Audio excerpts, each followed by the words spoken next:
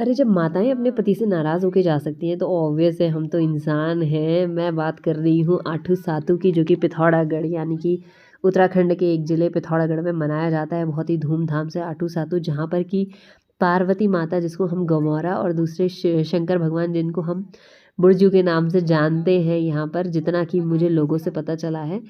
यहाँ पर जो गमौरा माता है वो नाराज़ होकर शंकर भगवान जी से नाराज़ होकर अपने घर आ जाती हैं, जहाँ पर उनके घर वाले कहते हैं कि तू ऐसे महीने आई है जहाँ जब कुछ होता भी नहीं है खाने पीने के लिए।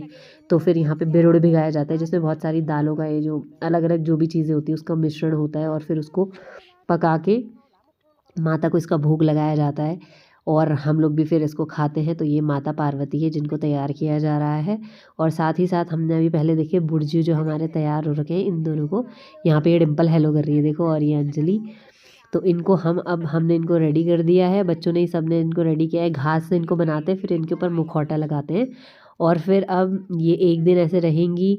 2 दिन तो यहाँ पे चांचरी वगैरह खूब होती है, जो कि लोग मिलकर यहाँ पे जो डांस है वो सब करते हैं, जिसको चांचरी यहाँ का फेमस डांस आप कह सकते हैं, नृत्य चांचरी है। अब यहाँ पे हम बुर्जू और दूसरा गौरा माता यानी गमौरा माता को रखेंगे और फिर इसको उठाकर घर पे स्थापित करेंगे। वहाँ पे पंडित जी आएंगे, पूजा वूजा करेंगे और फिर जाके ये जो व्रत है आठू सातू का कंप्लीट होगा।